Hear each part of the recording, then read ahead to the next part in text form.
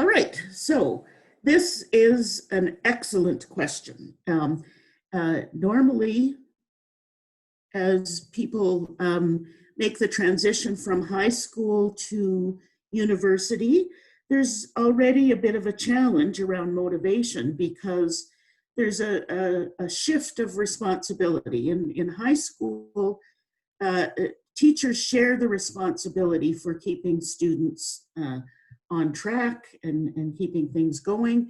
And already when you get to university, more of that responsibility gets shifted to the students. Teachers will and professors organize material, but rely more on students to manage their own schedules, etc. So I want to just take a moment to acknowledge the kind of additional challenges that this year brings us because we're all taking our classes remotely. And so it's got some sort of unique difficulties. One is why most people think about it's harder to stay motivated is because you don't have that usual social structure that we have in our days where we have to go someplace and be with other people and the other people are doing something, so it's easier for us just to fit in to do that same sort of thing. That's not really happening. As I sit in front of my computer, it just is sitting there, and so it's much harder for me to do what I came here to do. So the lack of physical presence of other people takes away one of the things that helps keep us focused.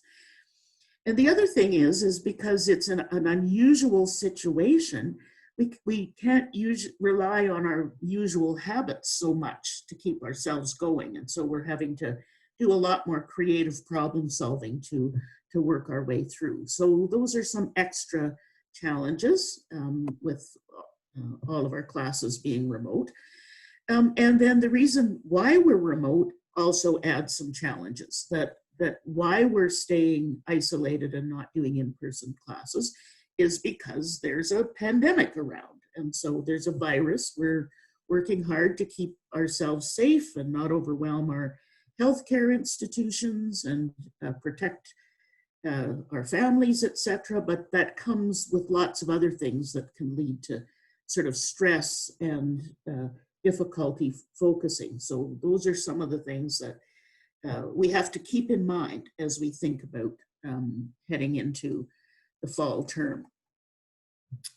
So I'm going to start by just reminding us about, well, so that's the challenge. What are the resources we've got to help us meet that challenge? And I want to start with self-care because your health is the most important resource for motivation and for all of the other things that you're trying to do as well. That it's very difficult to learn effectively if you're not healthy, and not healthy either physically, but also emotionally. If you're too stressed, too anxious, too distracted by other sorts of things, then it's very difficult to stay motivated and to even learn anything. And I also like to remind myself and you as we start that perfection should be off the table. We should not be wanting ourselves to be perfect because nobody is. And lots of amazing, wonderful, great things have happened over the history of humanity without one single person being perfect. And so expecting perfection of yourself is just a way to harm your own caring for yourself. So being gentle and kind to yourself as well as others is essential. And so I'm going to come back to this, but I want to start with it. So you're entering into school, which means we come to school to learn some things, which another way of saying that is we're going to try to do some things that we can't already do. We're going to learn some stuff we don't know. We're going to practice some skills we don't have. We're going to challenge ourselves. And when we're doing that, it's good to remember that what we're aiming at is stretching ourselves a bit beyond what we currently do, but not too much. It's a good analogy is if you're trying to improve your physical fitness, you're trying to get your muscles stronger. That in order to get them stronger, I have to actually try to do some stuff I can't do, right? I have to lift heavier weights or do a few more reps of various things. But if I go too far, I'm going to hurt myself, and I'm actually going to get worse than I was before. So it can't be too easy, or I'm not going to get better, but it can't be too hard either. So keep in mind that that's what you're aiming at. You're trying to find that sweet spot, I call it, where you're challenging yourself to learn some things, but not too much. So these are some of the other things that I'm going to talk a little bit about today, but to remember that you're taking with you to help you manage this challenge about motivation. One, I'm going to talk some more about things we know about motivation, but you already understand yourself in certain ways. You know what your temptations are, you know what your strengths are, you know what you need, and I'm going to help remind you of those things that you know as we go through this. We're social creatures, so other people are really important to us.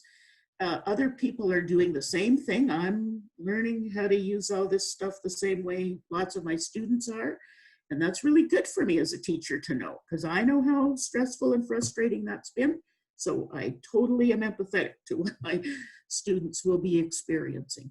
And so we can offer support and assistance to each other, maybe even more than we usually can.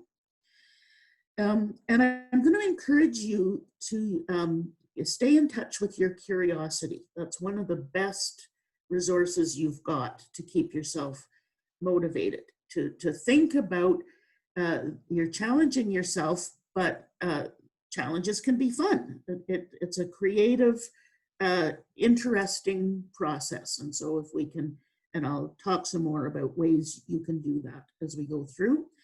And I also want to remind you that sleep is absolutely essential. It's essential for all sorts of reasons.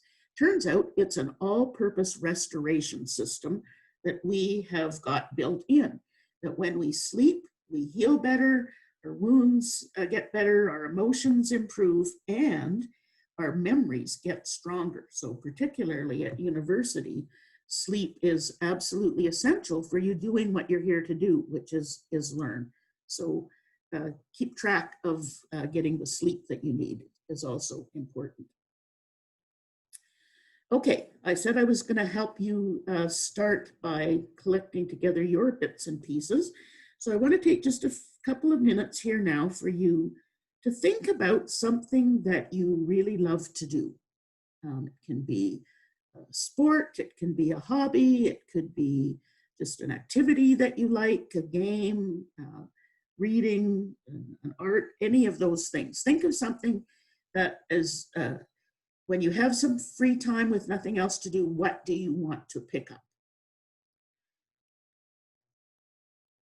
And once you have that, think about when was the first time you encountered that activity? Just think about that for a bit when you started, and compare that to your abilities in that activity now.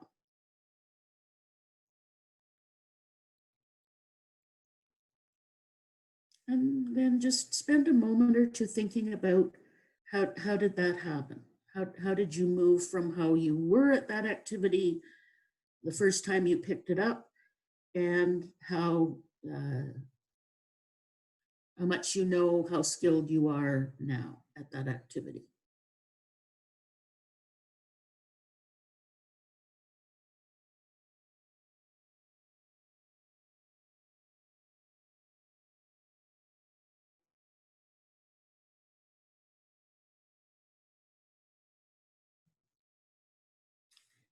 All right, so just tuck that away. We'll come back to that, but this is what I call your anchor. This is This has got a whole bunch of stuff in it that you already know about motivation and learning new things. Okay, let me start by giving you some of the things that motivation researchers have discovered, which can add to your knowledge about how to encourage this best in yourself. So basically, there's two different parts to motivation. One is the goals. What is it you want to do? And the second part is the choices. What am I going to do? Your goals energize your behavior. They're kind of your desires. They're things you want. That's what you're working towards. And then your direction is choosing to do particular things. And I suspect it's more the second that when people ask about how do I keep my motivation up, that's what they're asking about. And I'm going to talk a little bit more about that, although the first is really important too. It's one of the ways we do it. So keeping track of why you have come to university. What is it you are wanting here that you don't already have? What do you want to know that you don't know? What skills do you want to pick up or improve that you've got? What brings you here? And what brings you in particular to the kinds of directions that you're exploring? If you're in your first year, you haven't settled on a firm goal likely yet, but you're exploring some things. And what leads you to explore those particular kinds of things? It's useful to keep those in mind because those are what's on your horizon, and that's what motivation is aimed at. The second thing is this action choices. Like we always have many goals at the same time. We don't just want one thing, we want a bunch of stuff. We have relationship goals and fitness goals and career goals and learning goals, recreational goals. We have all sorts of goals. And so at any one moment, we can really only be acting clearly on one of those goals. So what am I going to choose to do right now? That's the choice part of it I'm talking about. And that will be influenced partly by the context, right? When I'm sitting at home in my office by myself, pursuing relationship goals probably isn't the best choice. There's lots of other goals I could maybe make more progress on when there's nobody else around. But the other part of it that makes a difference is what do I think I'm going to be able to accomplish right now? How strongly do I expect to succeed at that? And as I said, you should be expecting challenge. This shouldn't feel easy, or else why would you do it? You have some kind of growth ideas, but you should expect to be able to meet that challenge. And keeping yourself in that kind of playful, curious idea where you're going to try out a new thing, or in your activity that you've thought of, there's maybe something you're not quite good at that you see somebody else do, and you're going to give that a try. If you do that in a curious, interesting, playful way, you're more likely to feel confident and expect that you're going to be able to do it. So you're more likely to choose that kind of activity. That's one of the reasons why keeping track of that sweet spot is important, because if you have take on challenges that are way beyond your capacity, you're not going to expect success as much, and so you're not going to choose them as much, which leads to some self-fulfilling prophecies. It's not because you're not capable of them, it's because you're not ready yet. It's like you've tried to lift a 100-pound weight when the last weight you lifted was 10 pounds. It's like you're not going to be able to do it. Okay, so the way that we think about these goals, I'm now talking about the valued goals part, also can make a difference to our motivation towards it and our sense of confidence in meeting those goals. Motivation researchers call this goal framing, so I've called it that too. And one of the sort of crudest kinds of categories we've got is that we can think about our goals in terms of what we want to accomplish, approach goals. What do I want to gain? What are the possibilities I've got? Why do I want to learn this particular thing? What benefits will it bring me? Or I can think about it in terms of avoiding. What am I trying to prevent? What am I trying to get away from? Any goal can be framed or thought about in both of those ways. That so far I've been suggesting that your goals for being in university, I've been talking about them in the approach kind of way. What do you want to know that you don't know? Skills do you want, etc. So I'm thinking about inviting you to think about those approach goals, what you're going to gain. But at school, there are also things you're trying to avoid. You're trying to avoid failing. You're trying to avoid not getting poor grades on an assignment, etc. You're maybe at university to avoid poor paying jobs. That might also be an avoidance kind of goal. I've got this, no, I don't have it. So one of the reasons why this is important is that one of the ways to keep your motivation high is to at least keep part of your attention on the approach part of it. So if you are feeling really stressed about the possibility of doing poorly on an exam, that's an avoidance goal, right? I don't want to fail, so I'm going to avoid that by studying, for example. When I achieve that goal, the best I can feel is relieved. The bad thing that I was worried about didn't happen.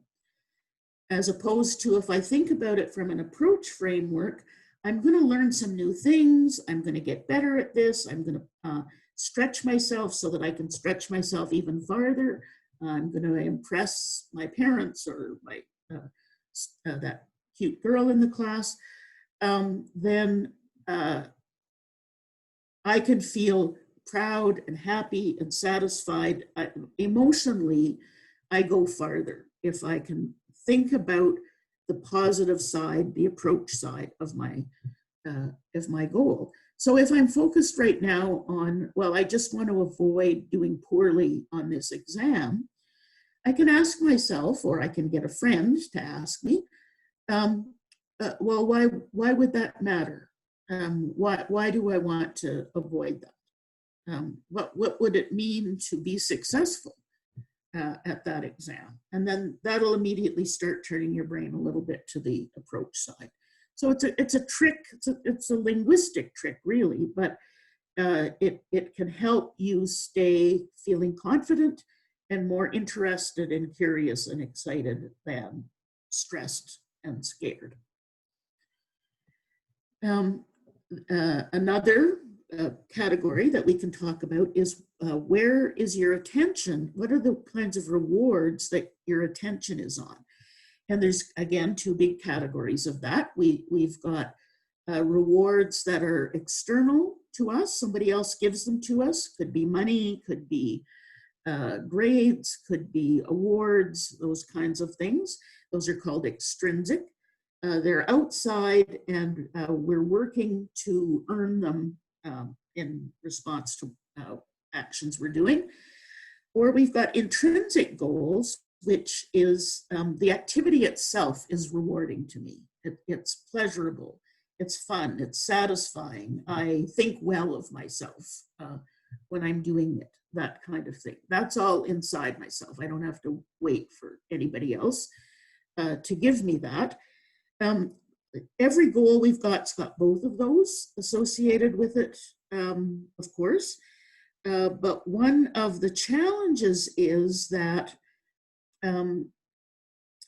I guess because extrinsic goals or rewards are concrete and intrinsic ones are more abstract, they're a feeling, they're a thought, as opposed to something in my hand, a good grade, some money, that if I have my attention on extrinsic rewards, it can overshadow the intrinsic ones. And so then I lose pleasure in doing something that once gave me a lot of pleasure. You can sometimes talk to professional athletes who talk about this difficulty that they've had as they've become professional. Another sort of aspect of extrinsic goals is you're not in control of them. You can do things in the hope of gaining them, but you can feel controlled.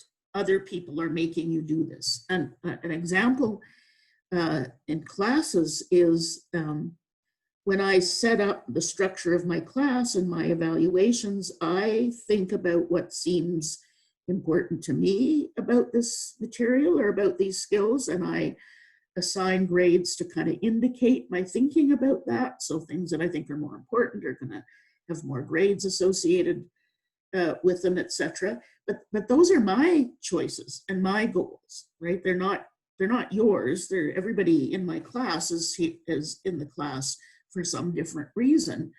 And if you only do the things that have grades attached to them, and even substantive grades, you are following my goals, not your own goals. So it's a challenge to keep your motivation up if you're just following my goals. Intrinsic goals, on the other hand, are readily available. They're totally related to individuals. They're not limited, right? The extrinsic goals are limited. Only one person can get the highest grade in a class, but everybody can have an immense amount of satisfaction about what they have achieved, regardless of what everybody else is doing. There's no limit on those sorts of things. And one of the findings is that people who are focused their actions entirely on extrinsic rewards tend to be more stressed and unhappy even when they achieve those rewards.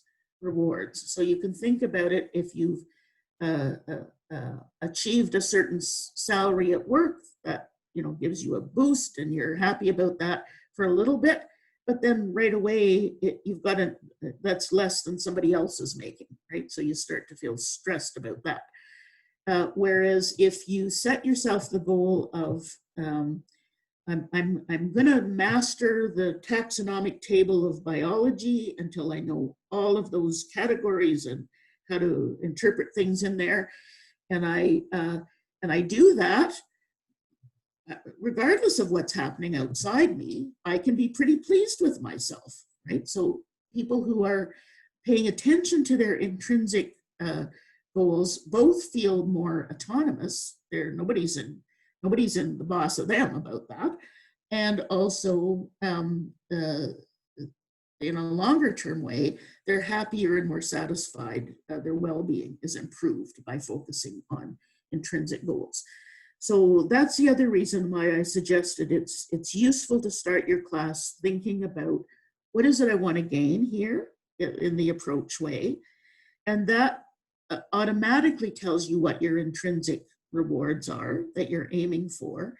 And reminding yourself of that will automatically keep you happier, more confident, more satisfied, accessing your curiosity and play. So just sort of keep that in mind as a thing to turn your mind to every once in a while.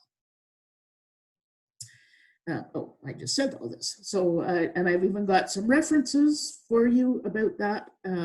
So you can look up the research if you don't believe me. That a lot of the research looks at people who are actually successful at the goals they set.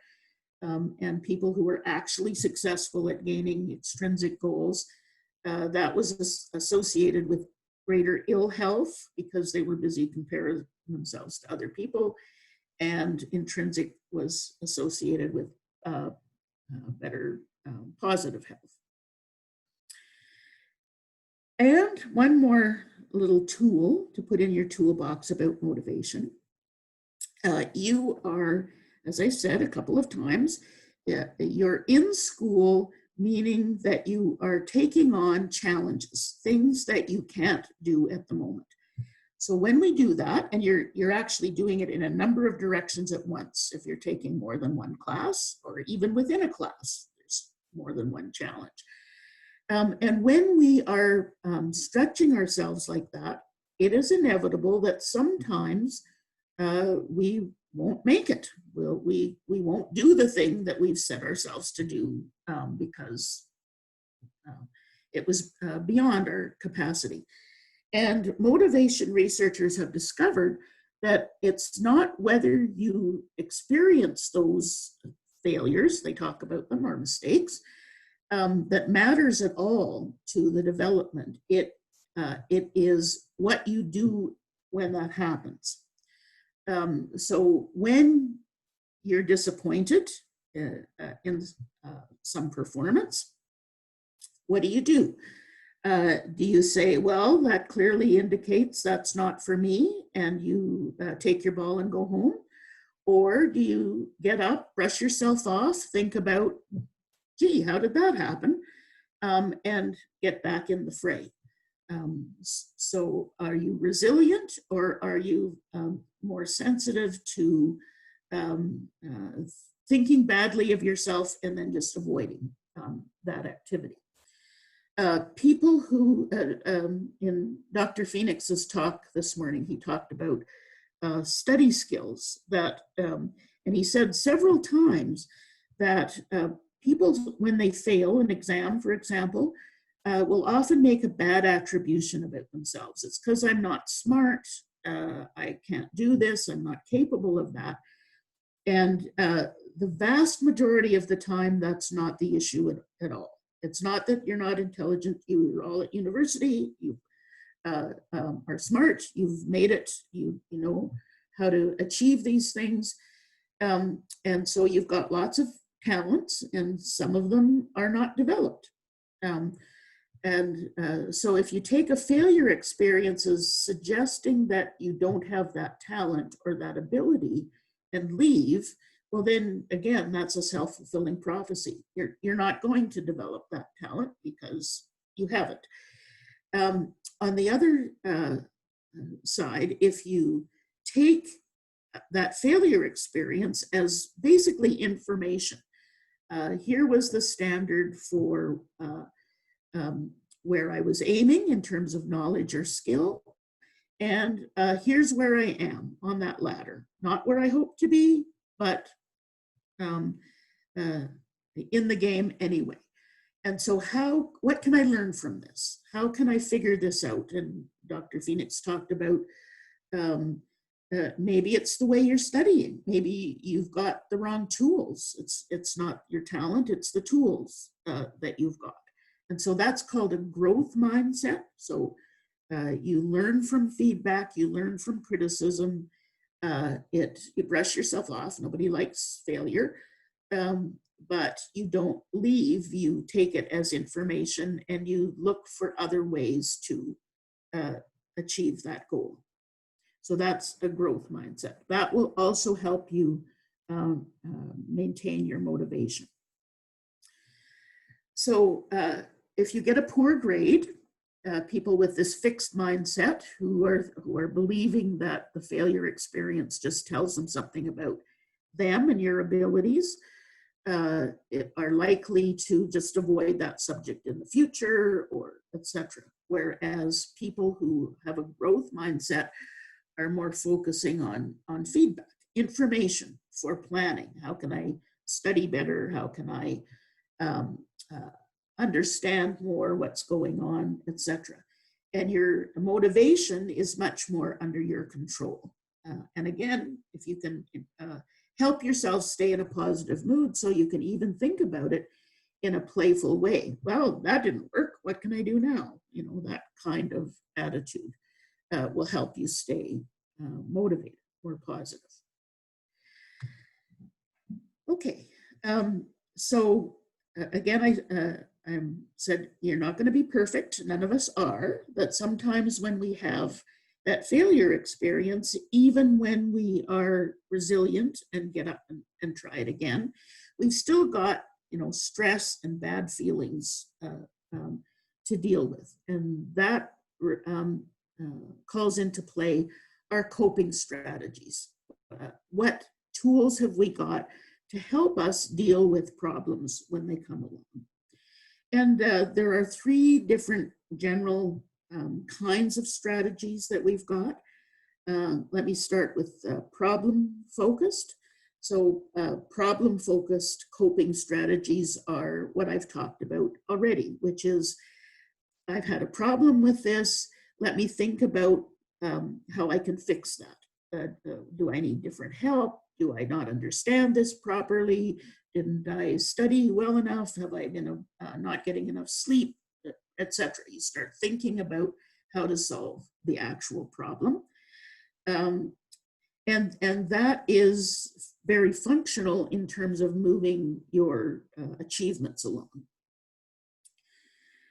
Emotion-focused strategies are more in the kind of self-care element, so they're also really important. As a student, I'll say a little bit more about this later as well, stress is inevitable. You're taking on challenges and you are being asked to do a lot of things. Sometimes they'll pile up and that will feel really stressful. And so managing our stress is really important to maintaining our health and our ability to proceed. So emotion-focused coping strategies involve cheering ourselves up, doing some of that lovely activity that that gives you pleasure, so that you just improve your sense of capability and positive mood. I'm going to talk about resources we've got to help people do emotion-focused coping strategies around Campion and the university a little bit as well. So those are really important. And those are probably the earliest coping strategies we all learn. So by the time we're 6, most of us know how to distract ourselves. We know how to watch a movie when we're disappointed, or do something pleasant. And that's a really good set of tools to have in your toolbox. The thing to watch out for that, though, is that if you do that too much and don't turn your attention when you feel better back to your goals, then you can fall into the avoidance coping strategy. And that's the only sets of strategies that actually cause us problems. They can make things worse. So if you're feeling so badly about the challenges you've got in a particular class, and so you take care of yourself and avoid doing that, and if you do that too much, then you'll continue not doing well, and then you'll get more bad experiences. It gets to be a bit of a vicious circle. So you can watch, and you can get others to help you watch, that you don't, that again, you take the sweet spot of emotion-focused self-care and not moving it into avoidance. Okay, let's personalize this. So go back to the activity that you started out with that you really love doing. If it's something you've done for any length of time, it's highly unlikely that you've not been challenged sometimes. You weren't able to do something that you tried to do. And so think of that time when it happened. If the activity is obviously still in your life, you did something. So what was it? And you can think about it in terms of some of the things I've talked about. Was it approach avoidance, change? Was it your growth mindset? Did you use a particular kind of strategy to cope with it? So just take a few minutes and think about that time when you encountered a challenge and how you got past that.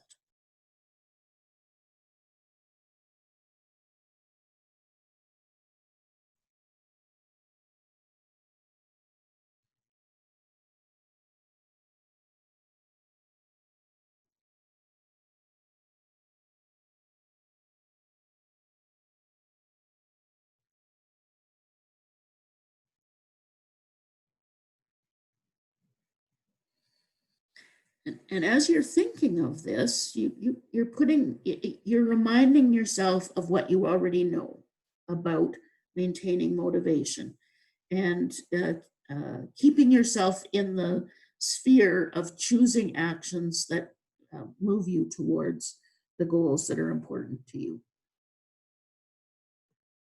Okay, let me just sort of drop back for a bit and talk a little more specifically about the challenges that are here at university. Dr. Phoenix talked about this a little bit, and Dr. Koros too talked about it in his presentation about getting the most out of online learning.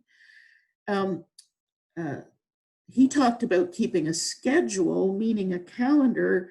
What I'm meaning is more a kind of daily routine, that it's very useful for you to have a kind of a structure to your days, and that structure should include self-care and social time and study time, as Dr. Phoenix talked about. Think about learning as a job, and that you would devote a certain number of hours to a job, and that will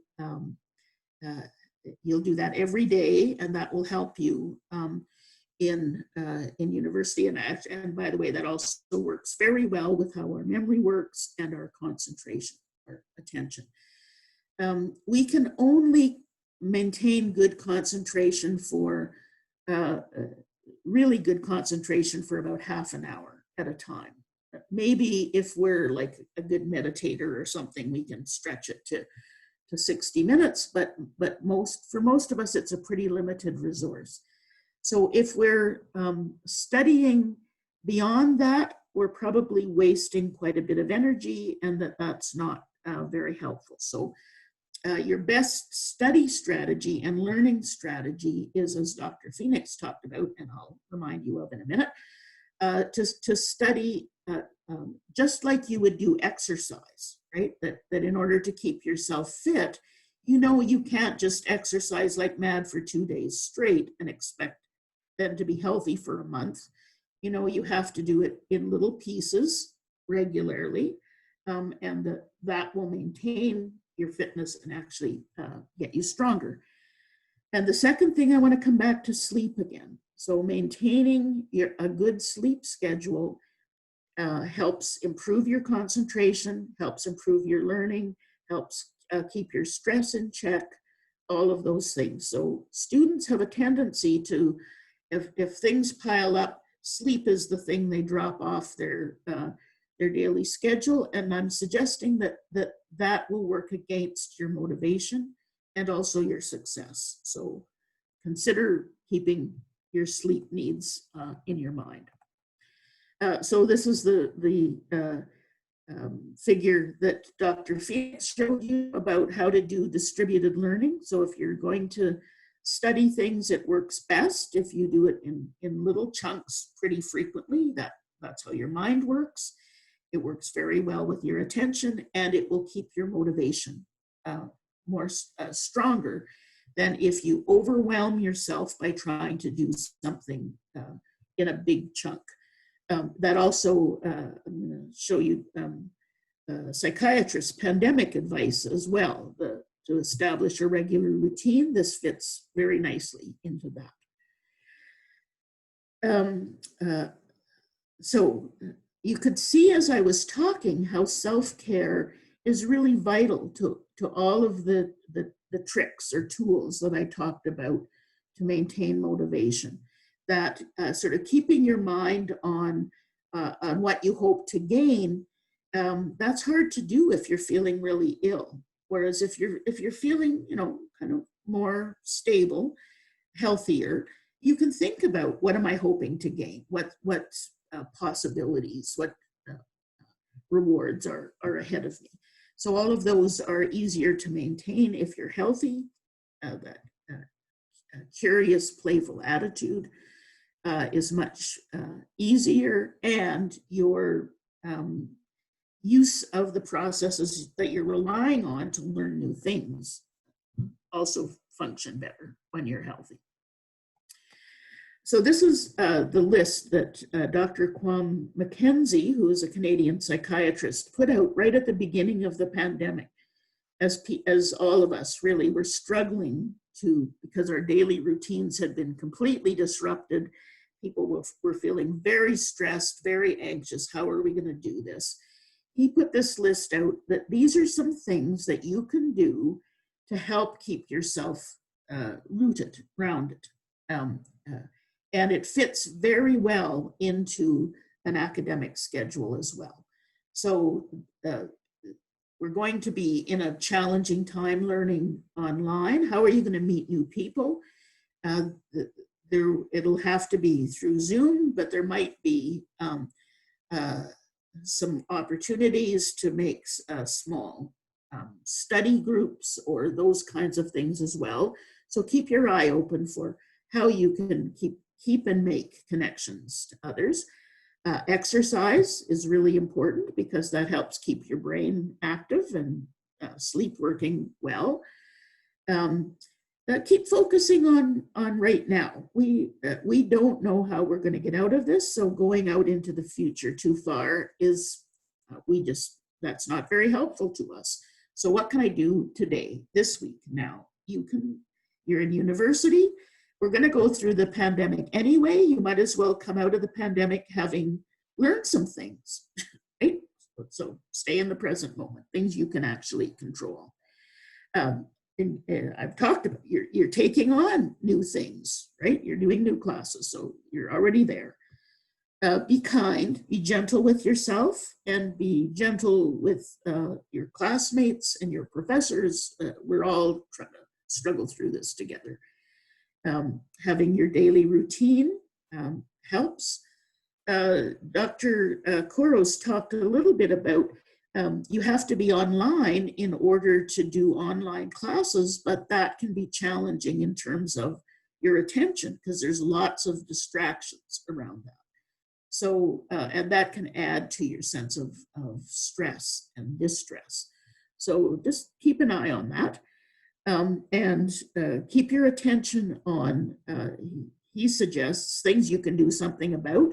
And I'm going to add to that, some of the things you can do something about is whether you're thinking about your goals in an approach or an avoidance way, responding to setbacks as information rather than as judgment on yourself, those kinds of things.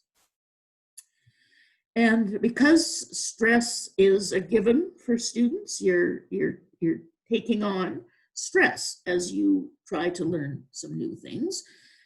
You'll need some strategies to relieve stress as quickly as possible, because we don't want to add things to your time. You've already got plenty to do. So probably the most effective, efficient thing that you can do is to remember the natural world. There's lots of evidence that shows that just 5 minutes outside where there are other species, plants, animals, geology, will lift your mood. It will resolve your stress. It helps you get out of a stress response much more quickly. And even when it's really cold in the winter, most of us can tolerate 5 minutes. So, walk around your apartment. Even looking out windows makes a difference. So remember that nature is a good stress reliever. You can develop skills like meditation. Meditation is also very useful to help build your skill in your attention. So that's useful to students as well. Focusing on other people, and in particular being helpful to other people, really lifts our mood. It helps build those intrinsic satisfactions. We are social creatures. We just feel good when we do that. Exercise, I already mentioned that. And sometimes, just if you don't have somebody to talk to, you can talk to yourself. If you write things down in a journal, it's like having a conversation with yourself. It slows things down, helps you to figure stuff out. All of those are possibilities. You wouldn't do all of them, likely. And this is a list of things that Campion offers. It's on the Campion webpage. It's on the University of Regina webpage, just general community kinds of things. And one of the really good skills you can have in terms of self-care is recognizing when you need some help and you know where to get that help. That's a very autonomous, responsible way to deal with your needs. And others are probably going through some of that same stuff as you. And fortunately, we're not all doing it at the same time. So you can reach out, and somebody who's not going through a difficult time can help you, and you can maybe help them when the situation is reversed. So that's what I've got to say about motivation and keeping yourself motivated.